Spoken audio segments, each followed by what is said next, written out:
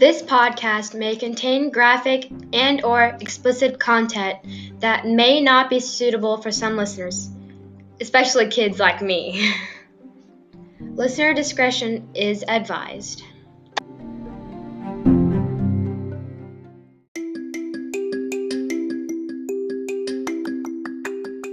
You're listening to the Real Life Podcast, brought to you by the Thin Blue Line for Women. In this podcast, we open up and talk about real life issues as they relate to first responders. It's raw, it's real, and it's about time. I'm Tamara, your host. Thanks for joining me.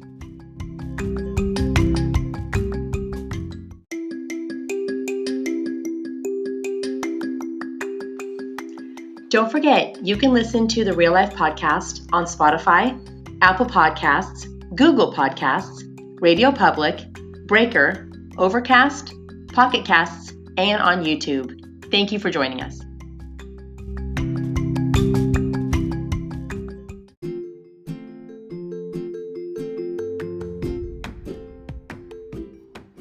Are you looking for Thin Blue Line gear? It's available on our website at thinbluelineforwomen.com. That's thinblueline, 4, women.com. Show your support for law enforcement and get your Thin Blue Line gear today. Just click on shop at thinbluelineforwomen.com.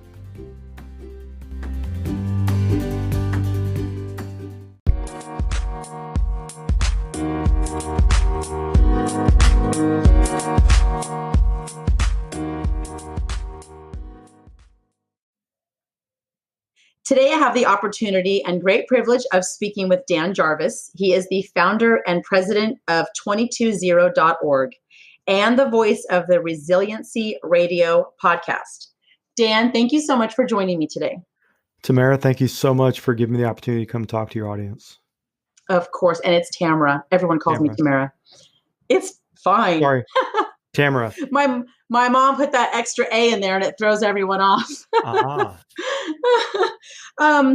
So before we dive into a deep conversation, can you just tell me and the listeners a little bit about your background, including your credentials?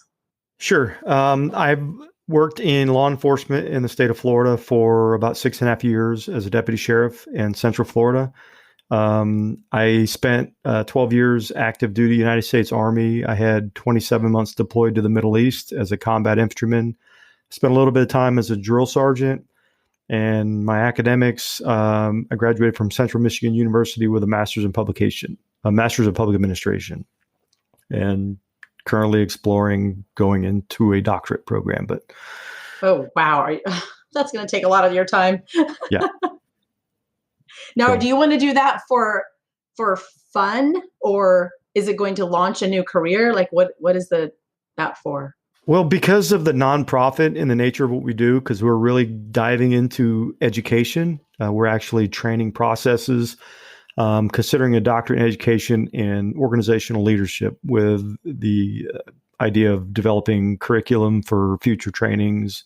Because one of the things that we want to do is create these processes and kind of simplify it so that the layperson can literally learn it, because we're getting more and more involved in peer support groups with law enforcement, fire departments, National Guards, military, things like that. So, yeah, that's what That makes sense. Now, the reason why I have you on my podcast is because last week I saw a video of you on Facebook, and it really struck me. It hit home.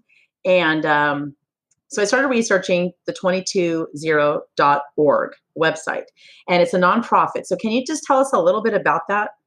Like what is it? And I started the nonprofit back in 2018. It was after I left the sheriff's office. I had retired from that career. And I was really like a fish out of water, and I was looking for a purpose and looking for a mission.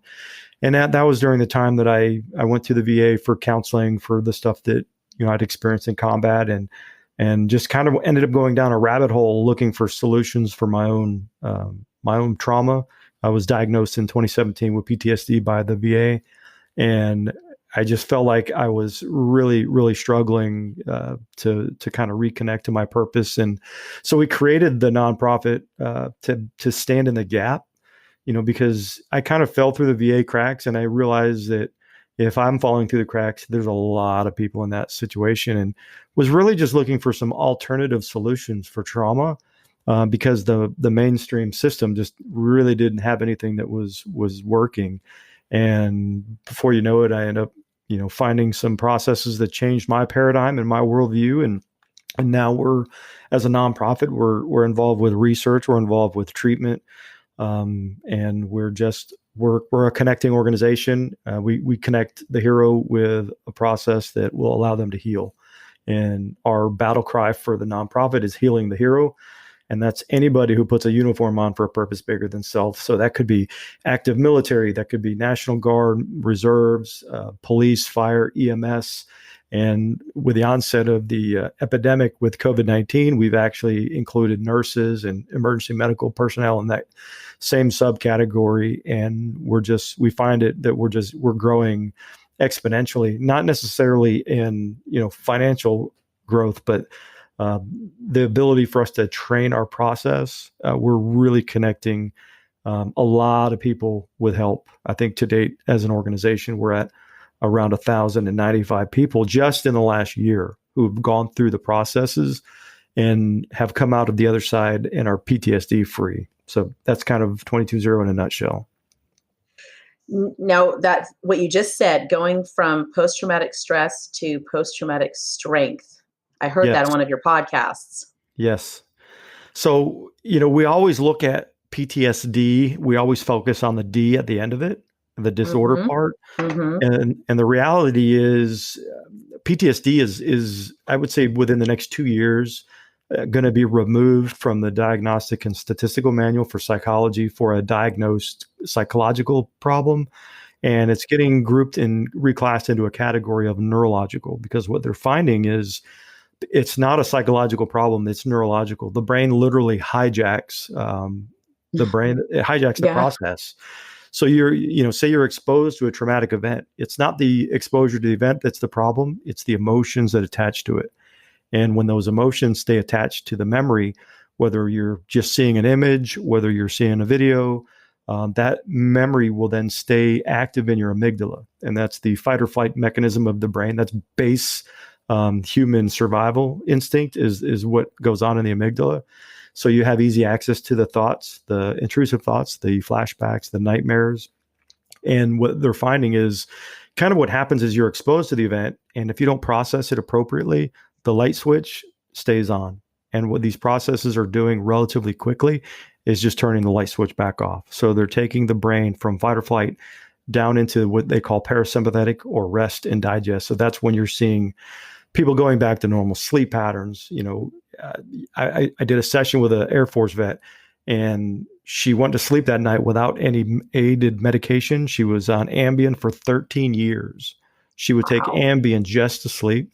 And when her light switch got turned off and that amygdala went into parasympathetic, she was able to sleep and recover. And then the brain can then start recuperating, regenerating, resting, and kind of brings you back to normal. So that's kind of where we are. So the reason why you created 220.org is because of your story. So can you go ahead and open up? And I know it's going to be hard. It was difficult for me to read it, so I'm sure it might be difficult to tell it again, but can you tell your story? Sure. It's actually a lot easier to tell it now than if you would have gotten me 2 years ago. Yeah. So in 2013, I was still on active duty, and I was in a basement apartment in Fairbanks, Alaska, right outside of Fort Wainwright. And I was looking down the barrel of a rifle.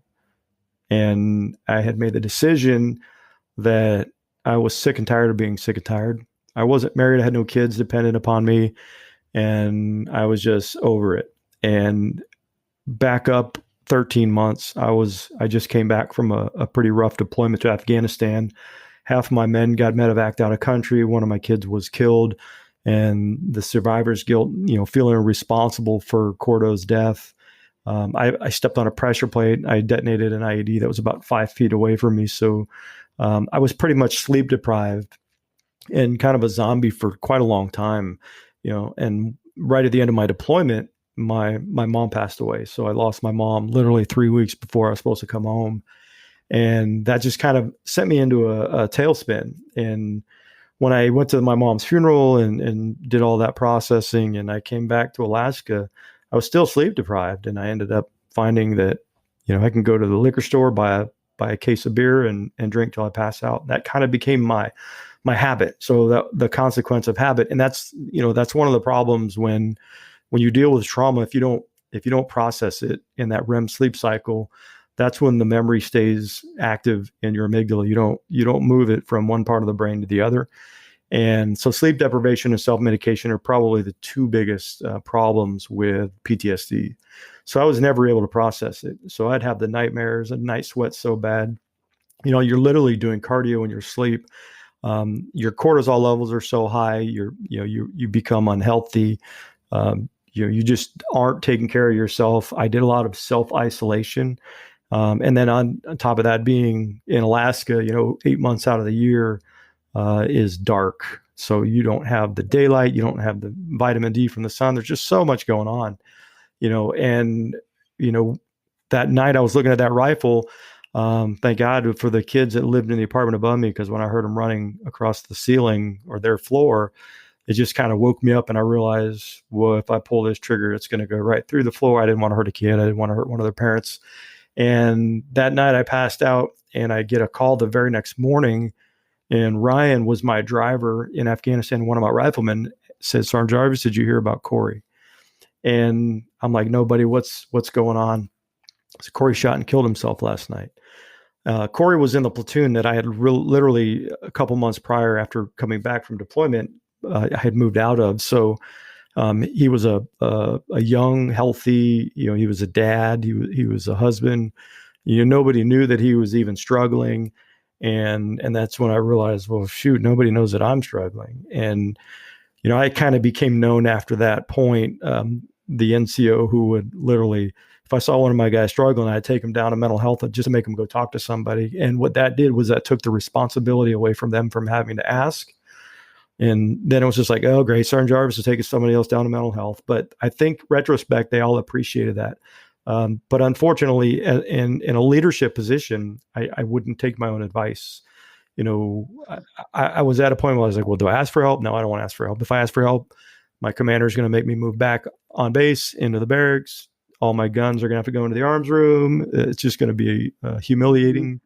Yeah. I didn't want my men to not respect me. So, I mean, the decision to end my own life was like, it made more sense to me than asking for help.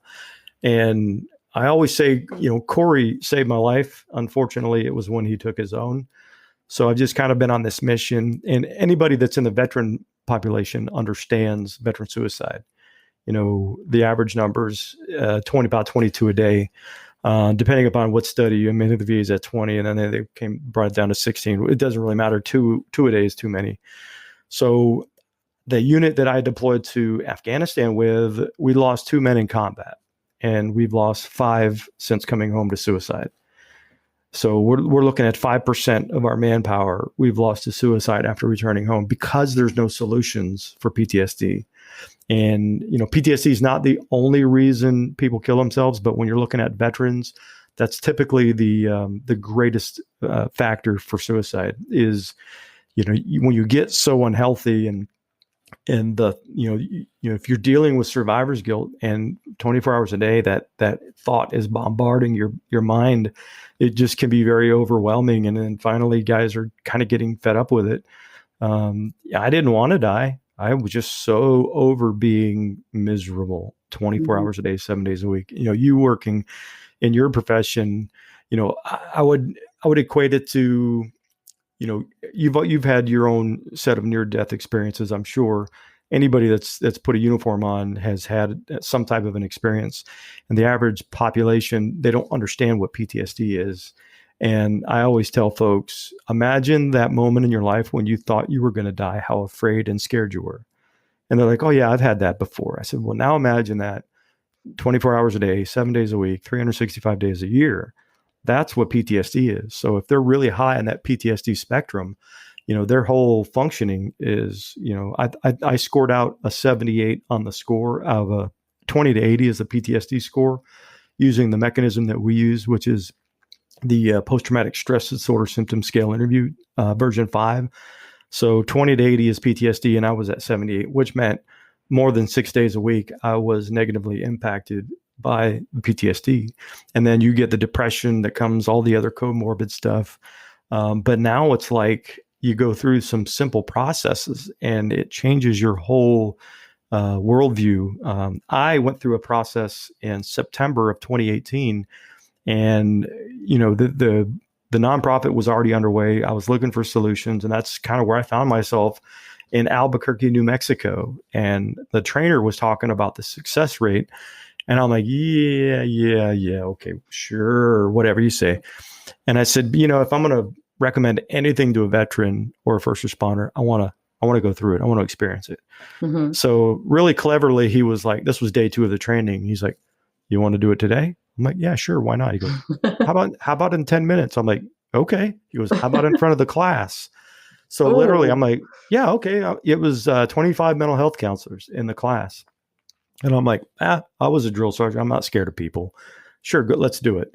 And I sat up there, and literally in 45 minutes, I'm like, what did you do to me? Because you felt the internal shift. You felt the, wow. There's a term called subjective unit of distress. So when you think about an event or you talk about an event on a scale of 0 to 10, if 0 is no negative emotions and 10 is pretty intense, that specific event, I was a 10. And then 45 minutes later, on the back end of it, the reevaluation, I was like a 1. And I'm like, how did you do this? And I was able to talk about it. I didn't have any emotions around it. And it was like, this was really weird to me, because this is something that had been bothering me since 2011. For 7 years, it had been bothering me. And I couldn't talk about that kind of stuff. And now I'm talking about it. I'm like, what is this? So that just kind of, opened my paradigm. It changed the way I look at trauma. And so we were looking for better ways to treat veterans, better ways to treat first responders. And we ended up developing our own processes as a result. And all of this stuff is based on the works of neuro-linguistic programming, NLP. I don't know if you're familiar with that, but it's been around since the 1970s. And ironically, one of the founders of the NLP, his name is Grinder, was an Army captain in Special Forces during the Cold War. And he was a linguist. And that's part of the neuro-linguistic part. So they had some neurologists, linguists, and they started basically taking some of the best work of some of the most prominent people in psychology. It was like Milton Erickson, who's really famous for hypnosis, and Virginia Satir, who's really made a big name for herself with family therapy, and Fritz Perls, and just they just took the best of all of these people, and they modeled their processes and created this NLP. And then I really started digging into it. I'm like, wow, why is this not everywhere? And then you realize there's no research on it. So what the other organization did was they started doing scientific research to validate the processes. So then we're like, well, shoot, we can develop our own processes. And, we've got some pretty phenomenal people on our board of directors. And one of them is Dr. Janelle Royster. She's a licensed mental health counselor and an organizational psychologist. And so we ended up developing a process if I explain it to you, it's more like visualization and guided imagery. And you basically coach the person through these visual formats and guide them through the imagery. And then there's a part at the very end where you do a rapid rewind. And then all of a sudden, the amygdala releases the emotion from the memory. And that's when they go parasympathetic. And we did a study, are testing the model for the tactical resiliency process with 100 people. So the study had 30 veterans. We had 4 active duty military. We had 7 police officers, 6 firefighters. We had 4 nurses.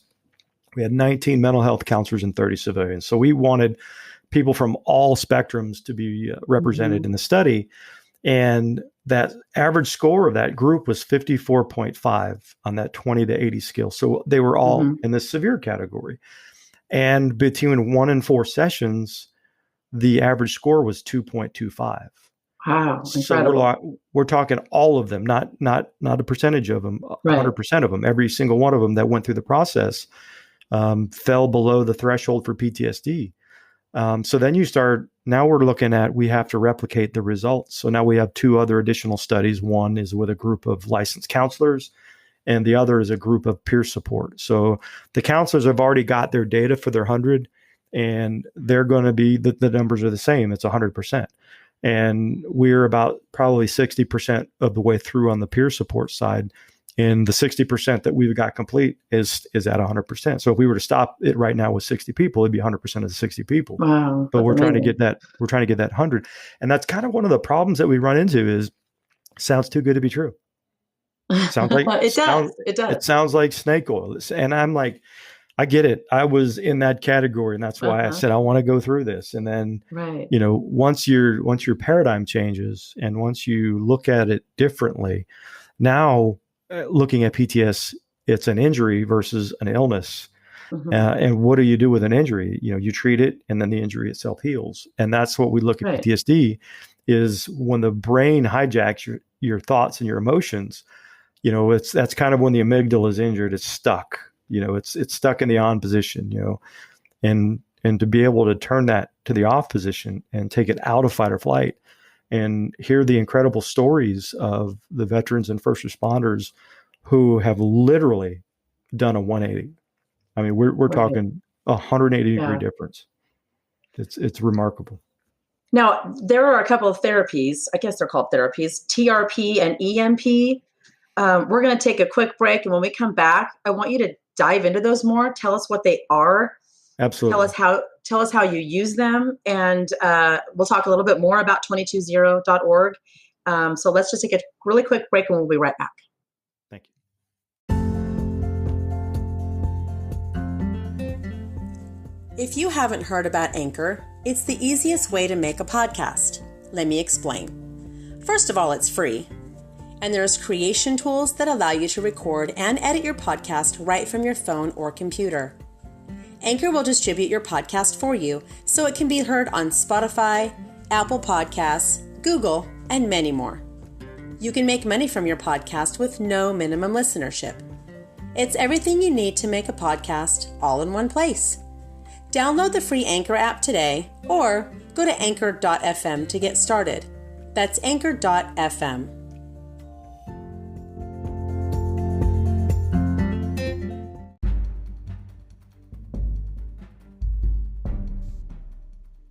Are you interested in CSI or forensics?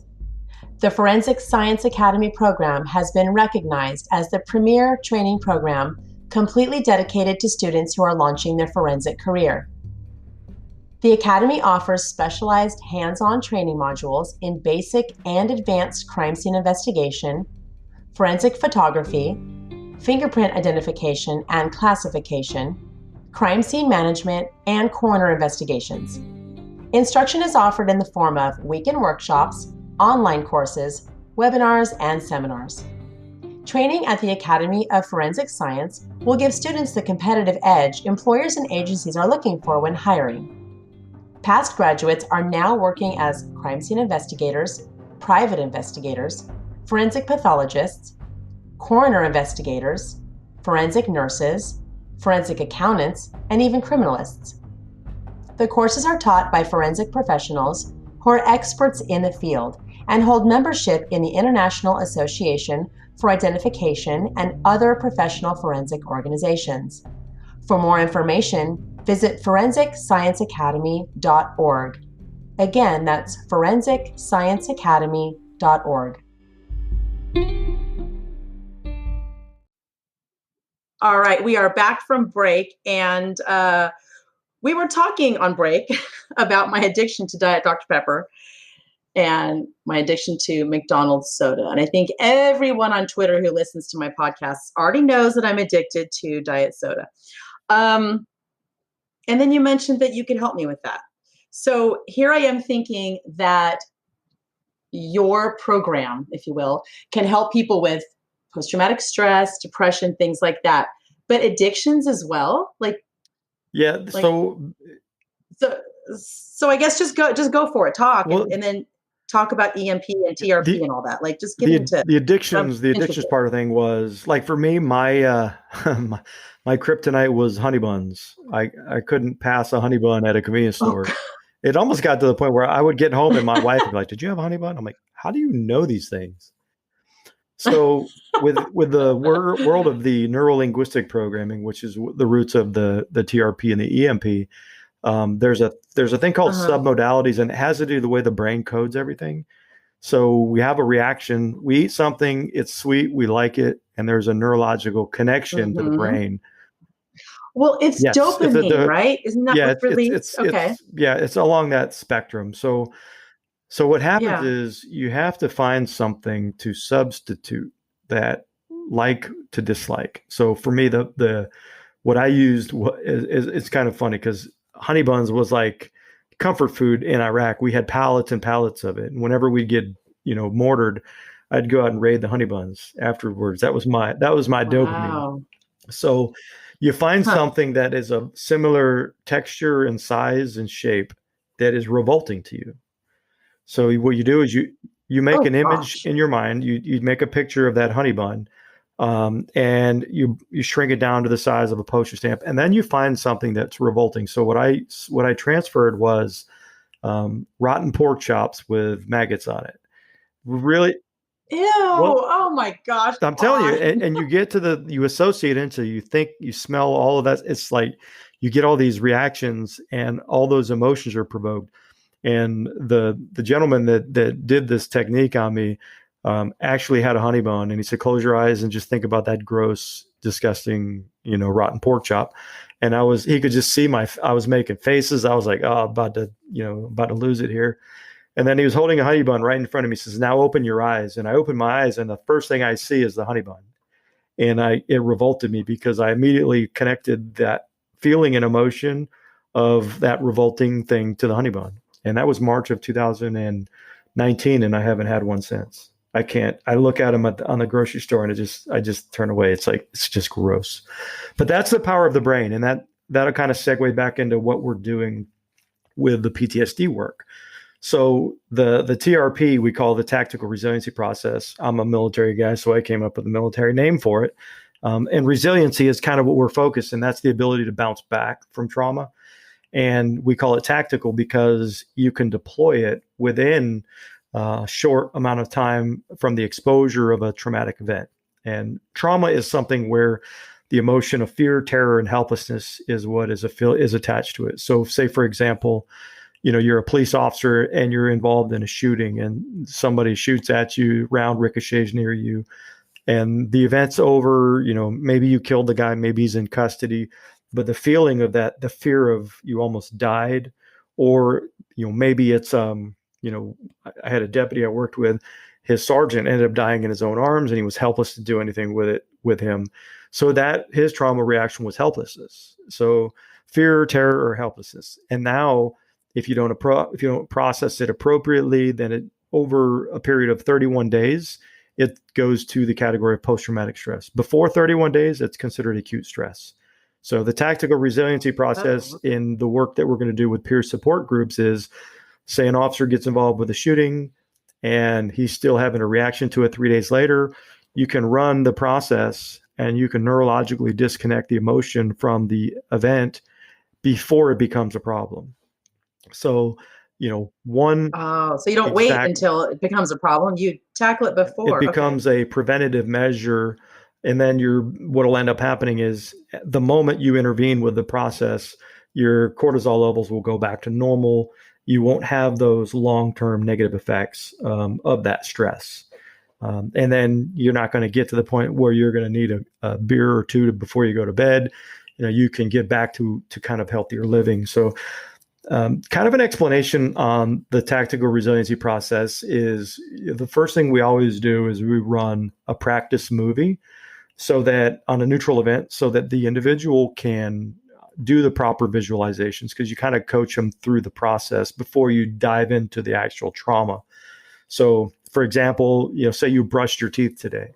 The first thing you did was you put toothpaste on the toothbrush, or you turn your water, whatever your image is, you make a picture in your brain of yourself brushing or putting the toothpaste on the toothbrush, and you drain the color, you turn it into a black and white image. And then the last thing that you do when you're done, dry my hands. Okay. And then you make a mental picture of you drying your hands. And then you find out where that person likes to watch all their video content. So say you sit on your couch and you have a big screen on your wall, and you have them go in their mind and you have them sit on the couch and then take the first image of putting the toothpaste on the toothbrush up on the screen in the black and white image. And once that's done, then you have them separate from their body, disassociate.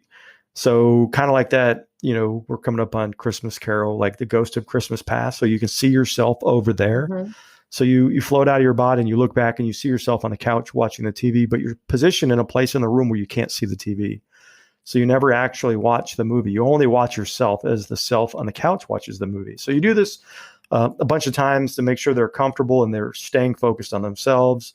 And then at the end, you do a rewind. So you have them go back, associate into their body, and then in their mind, they'll go into the last picture of drying their hands, and they'll run the movie backwards, associated from a black and white image at the end to a color image at the beginning. And then once you're comfortable with that process, all you do is change the bookends. Now you insert the trauma and you have a safe place at the beginning and a safe place afterwards. And what's happening is you're watching the movie subconsciously. So as you watch yourself over there on the couch, you on the couch is watching the whole movie, because you're instructing your subconscious brain. You're going to watch from the beginning of the movie to the end of the movie, all the way to the end. But you're only going to watch yourself on the couch watch the movie. You don't get to watch the movie. So you have to make sure they don't associate into the movie. But the first thing you need is you got to have a sympathetic arousal. So before you even start that process, you tell the person, don't tell me anything about the event. I don't want to know what it is you're working on. This is your movie. You get to control everything. And they think about the trauma. And then when you see they have a reaction, we call that a sympathetic arousal, a trigger. That's when the process can begin, because then you set up the disassociated movie until they're comfortable. And there's techniques that you can do. Like, say, for example, well, how were you on the couch? Well, I was really fidgeting because I knew what was about to happen. Okay, well, I'll tell you what, this is your movie. You get to control it. You got a remote control. Why don't you go ahead and turn the video off and turn the sound off and just let the DVD play in the background. That DVD playing in the background is in the subconscious. It's still running the movie. You're just not aware of it. Oh. So they'll do that. And now the person that's watching the self on the couch, well, how was it the next time? Oh, it was much better. It was so much better. He was calmer. He knew everything was okay. And okay, good. Now you do that a few times until they're comfortable. Or if they're really, really holding on tight, you do something like, I want you to hold your breath, like literally hold your breath. Or, if there's if the trauma involves something like an odor of diesel fuel or something that really triggers, and that's really active in their brain at the moment, you have them think of a pleasant smell, something that they really enjoy, and you'll get them to do things like smell, lavender. I want you to focus on smelling lavender. You like popcorn? Can you taste popcorn? Focus eating popcorn. Or, hey, you know what? What's your favorite song? Put the song of the day on, put your earbuds in and focus on that song as you look at yourself over there, because you don't need to know what's going on in the movie. And then all of a sudden you got them to a calmer place. They're okay. They're good. They're good watching themselves. They're good on the couch. Now you do that rewind and you have them enter the very last scene, black and white. And what do you think of when you see a black and white movie? Yeah. What do you think about? What is a black? When I see a movie, wow, this is like from 1900. It's an old movie, right? The brain looks at it the same way. So it removes the intensity. It visually removes the intensity from the events. And then you have the bookends, the picture, before the trauma and after the trauma. So you're subconsciously telling the brain there's a beginning and there's an end, and it's an old movie. And then when you do the rewind, you rewind from the end of the movie in black and white to the beginning in color. And that's when the amygdala says, time out. That's not what this is for. We're actually ending on the positive. And it literally will separate the emotion from the memory. So that's when the memory will then go to the cerebellum and the emotion will go to the hippocampus. It's funny because you'll see people yawning. They'll start yawning like they're exhausted. And I just kind of chuckle because I know that's when you got them, because that's when they just went parasympathetic. Their fight or flight, the light switch just turned off. And then you do this a couple of times, they feel comfortable. And then you tell them, all right, now what I want you to do is think about what happened. What's different? And they're looking, most of them are like confused. They're like, wow, that's weird. I'm like, what's weird? I can't feel the emotion. I said, well, on a scale of 0 to 10, you were a 10 before. Where are you right now? 1, 2. And then you get them to that calmer place. And if you get them to like a 3 or below, then what you do is at the very end, you do a re-script where you have them think about a different outcome. You'll tell them it's not going to change what really happened because that's your history. There's nothing in the details that are going to change, but we want you to think about a different outcome. And as you think about the different outcome, you feel a different emotional state. Or maybe if they can't think of something, I'll say, what's your favorite family vacation? Oh, Disney World, hands down. Do you remember what it felt like to be at Disney World? Then you get them feeling that good, positive emotion, and that layers over the old memory. So it's got to do with the submodality. It's kind of like getting the like to dislike. You're changing the feeling associated with a memory. And now when you recall the old event, you have the feeling of the new emotional state. So you don't have that fear, terror, and helplessness anymore. It's a positive emotion. So that's the tactical resiliency process. So, and they're not speaking about this out loud, right? This is all within. You only want them to think about it to have the trigger. That's it. In their mind.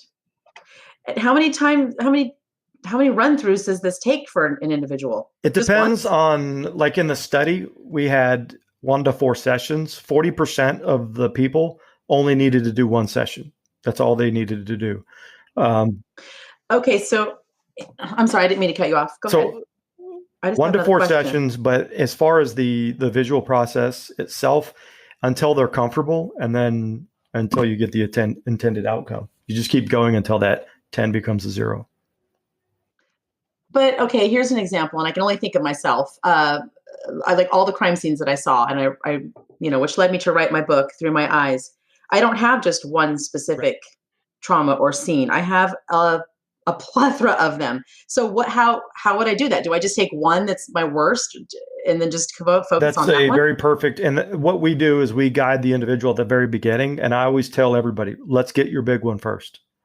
Let's go after the one that really, really bothers you the most. So like, say you're scoring out a 78. Okay. What event is it that's causing those nightmares? That's the one you go after. So neurologically, what ends up happening is, say you're 7, all right, and you're exposed to a trauma. And then you kind of go back to being a normal kid. And then at 11, you're exposed to a trauma. And then you're really starting to show some disciplinary issues. And then you're 20 and you're exposed to a trauma. They're all neurologically connecting. So the 20-year-old trauma is connecting back to that first 7-year-old trauma. The 40-year-old trauma is connecting back to that first 7-year-old trauma. So someone that has complex PTSD, all you got to do is identify and isolate the first and the worst. And that typically, they call that the gestalt, the string of pearls. You pull one out and the rest fall away. So if you run a really, really big traumatic event, you clear it, a lot of times it'll take 3 or 4 others with it. So you just got to keep hitting them until they're not there anymore. Now, you also mentioned something. You said during their imagery process, you had them focus on like a song that they liked or something. In one of my scenes, at one of my triple homicides, we were looking into a crib, and my homicide sergeant's phone rang, and it was a song. And the song was titled Good Life. And ever since, I could not listen to that song. So that, it was a huge negative impact. But now I force myself to listen to it. So am I, by forcing myself to listen to it, am I in a sense doing this process, but not as all the way through? What am I doing when I'm forcing myself to listen? Because the VA uses a treatment called prolonged exposure, or they call in vivo, where you're actually retelling the same story. And the intention is to, over time, to desensitize you to that, that event. So you're trying to desensitize yourself. What the process that we do does is goes below that into the subconscious and disconnects the trigger to it. So when I knew this process worked, all right, so August for me was a trigger. The whole month of August, that's when we lost Doug. That's the survivor's guilt. I knew the day was coming that was a gut punch. Literally the end of September or end of July going into August, I was having a hard time already. So The following year, after I went through this memory reconsolidation process, August 21st rolls around and I check Facebook and I missed the anniversary of Doug's death. And I'm like, wow, holy cow, that just happened. We're talking for the last 7 years, every month of August was literally one of the worst months of my life. And so what it does is it neurologically disconnects the emotion that's attached to that. Wow, that's amazing. Now, what's EMP? Yeah, EMP is we call the emotions management process. And for example, that's a process used to help reframe negative emotions. So people that have like say an anger problem or a sadness problem to where it's an overwhelming event for them. And what we're able to do is reframe by finding the earliest onset of that emotional state, because what we're dealing with in emotional states is when you trigger them, you have the sympathetic arousal and you feel it, the emotional states then become vulnerable to changing. So what you'll do is you'll identify the very first moment you felt anger. And majority of people, when we do that, they go back to the first 7 years of their life. And that first 7 years of your life is called the imprint phase of learning. It's kind of like when a duck is born and attached, the first thing it sees it attaches to because it imprints to that. Same thing with kids. Kind of like when that 3-year-old says, dang it, damn it or whatever. And all of a sudden you're like, where'd that come from? Well, it came because he heard somebody say it. It was imprinted in them. So those behaviors become subconscious. And then over time, without something changing or altering the way that they respond to that emotion, that becomes their subconscious driver, their habit. So what we do is we identify the earliest onset of an emotion and we reframe it. I'll give you an example. I worked with a Vietnam vet in Florida, and we were doing the trauma part because he had PTSD, was in Vietnam in 1969. He had 3 traumatic events in Vietnam, and then he was medevaced out of country due to injuries, and his best friend died in his arms. So he had such a bad grief reaction when he thought about his friend since 1969. And all we had to do is we had to have, he was already sympathetically aroused. He already triggered to it. So we had to disassociate him. So I'm like, all right, Andy, as you're looking down, I want you to float high enough into the air to minimize that event so that you're now no longer seeing yourself in the jungle holding your buddy. You're seeing the tops of the trees. You can't see yourself anymore. And then what that does is it neurologically disconnects the emotion, and then you reframe it in that context. So I said, Andy, we're changing the rules here. You're now dying in your best friend's arms.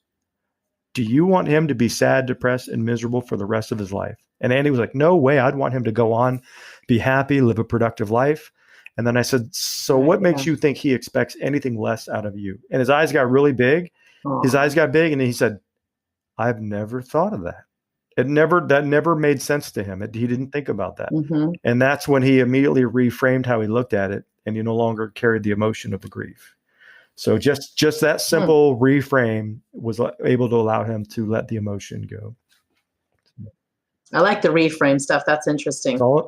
And that's easy. That's a process. It takes about 5 to 10 minutes, depending upon, how hard they want to hold on to the feelings. Because a lot of times you have to negotiate with them. I worked with a veteran last weekend, and he didn't know what to call his emotion. I said, well, what's it related to? He says, well, my ex-wife. I said, well, then let's just call it ex-wife. So we reframed we just called that a group of emotions, ex-wife. We reframed it. And this has been bothering this guy for like 20 years, So we reframed the ex-wife. He couldn't feel the anger and all the other hurt and stuff and the emotions anymore. And he's like, well, I guess I'll find out what this is all about in about 4 hours because I'm having dinner with her and the family. And then he calls me the next day. He goes, man, I don't know what you did with me, but I didn't get mad. I didn't get triggered. I mean, I didn't talk to her, but it didn't bother me because it would have bothered me in the past. It's just a reframe. Right. It's all how you look at it. Yeah. Yeah. Right. Kind of like attitude. Okay. So that's what led to the birth of 220.org, right? Well, 220 started, and then on our journey to find a better way. These are processes that we've come across. We started developing our own processes. Now we're training. We have 85 people trained in the United States to do these processes. We connect veterans with veterans. We connect first responders with first responders, cop to cop, firefighter, firefighter, whoever they can connect with, and change and impact lives. So It's Okay. So what if somebody feels that they need this? Is it done on video? Do they have to be in person with you? Like how do they do this? Well, COVID's kind of changed everyone's paradigm. So what we've started doing was training the process over Zoom. And I really enjoyed that part because one, it minimizes our expenses. We don't have to fly somewhere to put a training on. We can actually host it virtually. And then they learn how to do it remotely. I've done FaceTime, I've done Zoom, I've done Skype, I've done, I didn't even realize, but there's Snapchat video messenger. As long as you can see the person for the trauma work, you can do it because you don't want them going down the rabbit hole of emotions. That's why you want to see them. The emotions management you can do on a cell phone conversation. You could do it. I've even done it by text message, as long as you can get them to visualize. But the trauma part, the TRP, you can do it Zoom, FaceTime, any kind of video platform you can see them, or you can do it in person. Okay. So how do they get a hold of you? Is it just 220.org? And then is there a contact? Yeah, if they go to the 220.org, they can just send an email. It'll come directly to me. My mobile number is actually on the website. That's the number for the nonprofit. So 863-221-6304. So they can contact me directly. And the really cool part is when our community was people that put a uniform on for a purpose bigger than themselves and their families, we have a really cool price for them. It's $0. So there's no cost associated with the treatment. Wow. So that's how we gauge our success. With the amount of money that we put out as a nonprofit over the last couple of years, with 1,095 people, I mean, we're like a couple dollars a person is what it's coming out to. So we're basically removing the profit from the equation. So it's pretty cool. Yeah, that 1,095 people that I've healed from this, and there's going to be going to be a lot more. We just got to bring you more. We got to bring you more. Well, that's what this podcast is about. I want people to learn about you. And like I said, I mean, I've been doing this podcast for a year. I've had Thin Blue Line for Women for 3 years, and I just saw you for the first time last week. So we just got to get this information out there. That's the biggest problem is belief. We just got to get people to see it and to understand what's going on and to not be afraid of actually asking for help, because it's really cool when they find out they don't have to tell their story. They're like, I don't have to talk about it. It's totally contrary to what they go through in the modern mental health. You're right. Well, that's why I asked you during the process, do they have to actually talk about the scene or the trauma out loud? Because nobody wants to do that. We don't want to hear it. It's not that we don't care about their story. It's just that when we used to use content, there are some, I don't know how the professionals do that day in and day out. But that vicarious trauma, most of your therapists end up in burnout that deal with trauma because they're they're hearing it over. And a lot of them end up in therapy because of their clients. I mean, there are people do some pretty horrible things, and I don't want to hear it. Right. No, absolutely. Absolutely. I know what the human is. And you don't need to hear it to heal them. Right. That's amazing.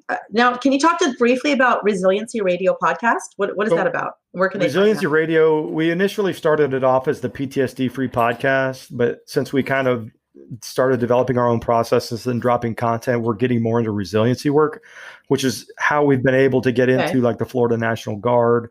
It's how we're getting into like the Seminole County Sheriff's Office, Salt Lake City Police Department, Suffolk Fire Rescue. The resiliency work is what's getting us in the door because we're teaching the brain a skill that they can actually do. Your brain will learn how to do these processes, and you'll end up doing them automatically. But the Resiliency Radio is on all platforms, and it's just capturing stories of people who have gone through our processes. Because a lot of times we get that. I'll get a spouse call me and say, can you help my husband? I said, well, I can. But the first thing is, does your husband want help? Or can you help my wife? I can, but does she want help? And a lot of them, it's like, well, they won't talk about anything. So then I'll send them the link to the podcast and say, let them listen to some of these or let her listen to some of these. And then they'll come around and they're like, yeah, they're willing to try it. Because I think once they understand that there's no content, it's pretty remarkable. So the podcast is full of stories of this happening and being successful. Most of them, it shares a little bit of the story of the veteran or the first responder. We don't get into like details of trauma, but how long they struggled, what type of stuff that they were struggling with, and then what they're like on the other side, going from post-traumatic stress to post-traumatic strength. Wonderful.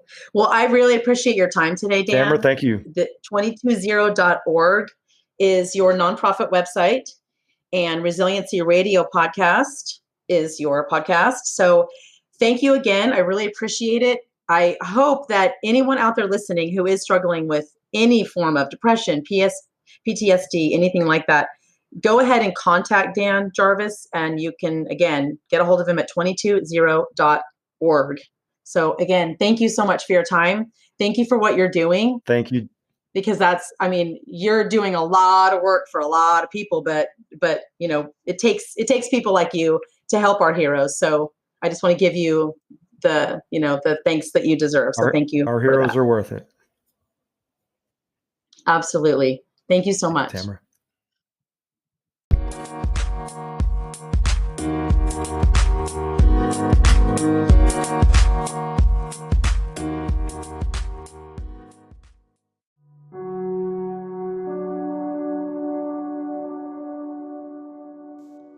If you're struggling with thoughts of suicide, you don't have to be alone. You can make a confidential, safe call now at this phone number, 206-459-3020. Safe Call Now is a confidential 24-hour crisis referral service for all public safety employees, all emergency services personnel, and their families. Again, the number is 206-459-3020. You can also call Copline at 1-800-267-5463. If you're not a first responder, you can reach out to the National Suicide Prevention Lifeline at 1-800-273-8255. That's 1-800-273-TALK. You don't have to be alone.